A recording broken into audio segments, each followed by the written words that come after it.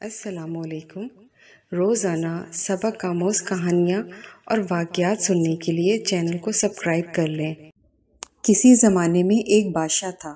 وہ جب بھی شادی کرتا تو اس کے ہاں بیٹی پیدا ہوتی۔ وہ ہر مرتبہ یہی سوچ کر شادی کرتا تھا کہ اس مرتبہ لڑکا ہوگا۔ اس نے بہت سارے طبیبوں سے رابطہ بھی کیا اور ان کے مشورے بھی لیے، لیکن ہر بار لڑکی ہی پیدا ہوتی تھی۔ اس طرح کرتے کرتے اس نے 12 شادیاں کر لیں اور اس کی 12 بیٹیاں ہو گئیں۔ اب وہ اپنی بیٹیوں کے لیے بہت پریشان رہتا تھا، کیونکہ بادشاہ کی 12 بیٹیاں ہی بہت خوبصورت تھیں اور اس کو ان کی فکر لگی رہتی تھی۔ وہ ایک ہی کمرے میں سوتی تھیں اور رات کو بادشاہ خود باہر سے دروازہ بند کر دیتا تھا۔ بادشاہ کو ہر وقت یہی ڈر رہتا تھا کہ لڑکیوں کو کہیں کوئی تکلیف نہ پہنچ جائے، اس لیے وہ ہر رات دروازہ بند کر دیتا اور اگلی صبح سویرے کھول دیتا۔ ایک دن صبح جب بادشاہ دروازہ کھولنے آیا تو یہ دیکھ کر بہت حیران ہوا کہ سبھی لڑکیوں کے جوتے ایک قطار میں رکھے ہوئے تھے اور ہر جوتے کی ایڑی گھسی ہوئی تھی اور ساتھ مٹی بھی لگی ہوئی تھی۔ بادشاہ سمجھ گیا کہ لڑکیاں ضرور رات کو کہیں گئی تھیں، مگر لڑکیاں کیوں باہر گئی ہوں گی، یہ اس کی سمجھ میں نہ آیا۔ یہ سلسلہ کافی دن چلتا رہا اور بادشاہ پریشان رہنے لگا۔ اس نے لڑکیوں سے پوچھنا مناسب نہ سمجھا اور آخر کار مجبور ہو کر اس نے اعلان کیا کہ جو کوئی بھی معلوم کرے گا کہ شہزادیاں رات کو کہاں جاتی ہیں تو اس کی شادی اس کی مرضی کی شہزادی سے کر دی جائے گی جو اسے پسند ہوگی، مگر شرط یہ ہے کہ 3 دن کے اندر معلوم کر کے بتائے، ورنہ اس کو پھانسی دی جائے گی۔ کچھ دنوں کے بعد ایک شہزادہ آیا اور اپنے آپ کو اس کام کے لیے پیش کیا۔ بادشاہ نے اس کا استقبال بڑی دھوم دھام سے کیا اور اس کو کمرہ دکھا دیا۔ شہزادیوں کے کمرے کے پاس ہی شہزادے کے سونے اور رہنے کا انتظام کیا گیا تاکہ نزدیک سے شہزادیوں کی نگرانی اچھی طرح کر سکے۔ رات کو شہزادیوں کے کمرے کا دروازہ کھلا چھوڑ دیا گیا تاکہ شہزادہ ان کے سونے جاگنے کو اچھی طرح دیکھ سکے، لیکن ابھی تھوڑی ہی رات گزری تھی کہ شہزادے کی آنکھوں میں نیند بھر آئی اور وہ بے خبر ہو کر سو گیا۔ شہزادیاں ہر رات کی طرح اس رات بھی گھومنے چلی گئیں۔ جب صبح سویرے بادشاہ آیا تو اس نے دیکھا کہ لڑکیوں کے جوتوں پر گرد پڑی ہوئی تھی اور ایڑیاں بھی گھسی ہوئی تھیں۔ بادشاہ نے شہزادے سے پوچھا کہ بتاؤ شہزادیاں رات کو کہاں گئی تھیں؟ تو شہزادہ کوئی جواب نہ دے سکا۔ دوسری اور تیسری رات بھی شہزادیاں گھومنے گئیں اور شہزادہ ہر رات سوتا رہا۔ آخر کار چوتھے دن شہزادے کو پھانسی دے دی گئی۔ اس کے بعد بہت سے شہزادے آئے، مگر کوئی بھی یہ معلوم نہ کر سکا کہ شہزادیاں رات کو کہاں جاتی ہیں اور کب جاتی ہیں۔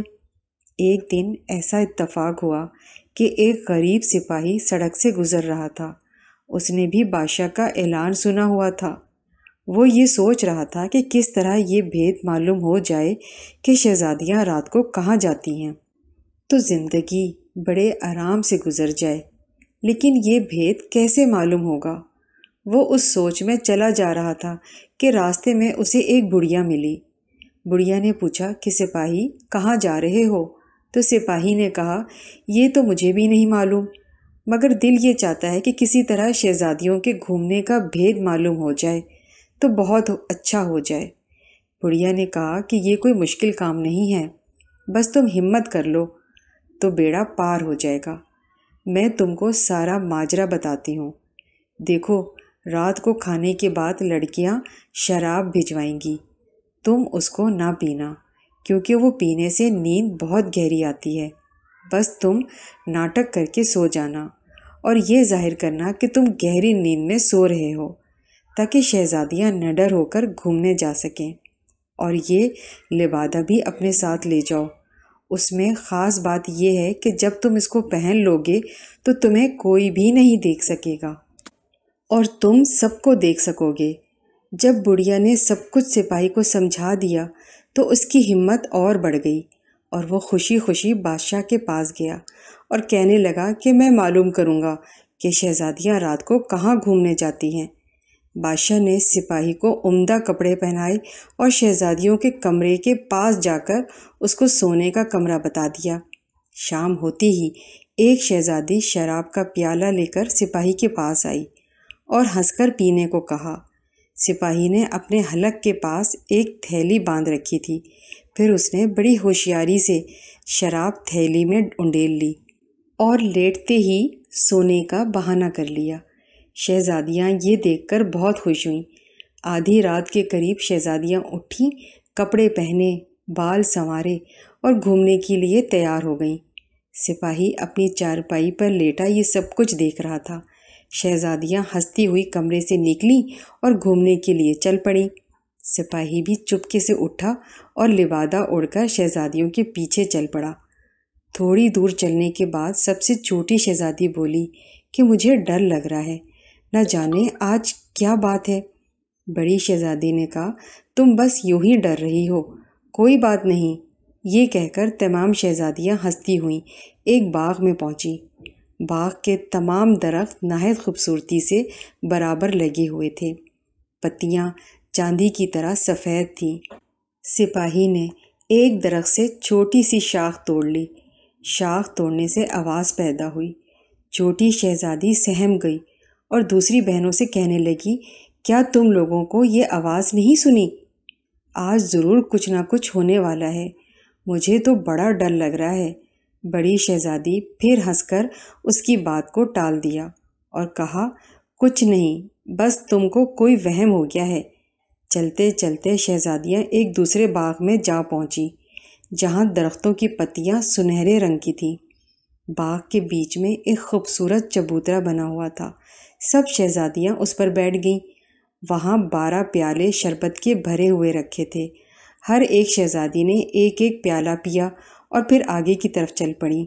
سپاہی نے یہاں سے بھی ایک ٹہنی توڑ لی اور ایک پیالہ اٹھا کر لبادے میں رکھ لیا۔ چھوٹی شہزادی شاخ ٹوٹنے کی آواز پر پھر ڈر گئی۔ تھوڑی دیر بعد شہزادیاں ایک دریا کے کنارے پہنچیں۔ یہاں 12 کشتیاں کنارے پر لگی ہوئی تھیں اور ہر ایک کشتی میں ایک ایک شہزادہ بیٹھا ہوا تھا۔ شہزادیاں ایک ایک کشتی میں بیٹھ گئیں اور دریا کے بیچ جا کر موجوں کا تماشا دیکھنے لگیں۔ صبح ہونے سے پہلے شہزادیاں واپس آ کر اپنی اپنی چرپائی پر لیٹ گئیں۔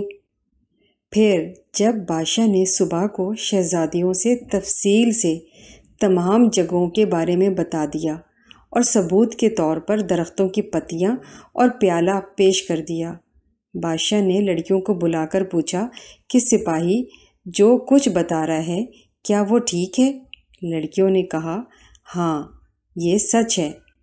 پھر بادشاہ نے اپنا مقرر کردہ انعام دینے کا اعلان کر دیا۔ سپاہی نے بڑی شہزادی کو پسند کیا اور اس کی شادی اس شہزادی سے کرا دی گئی۔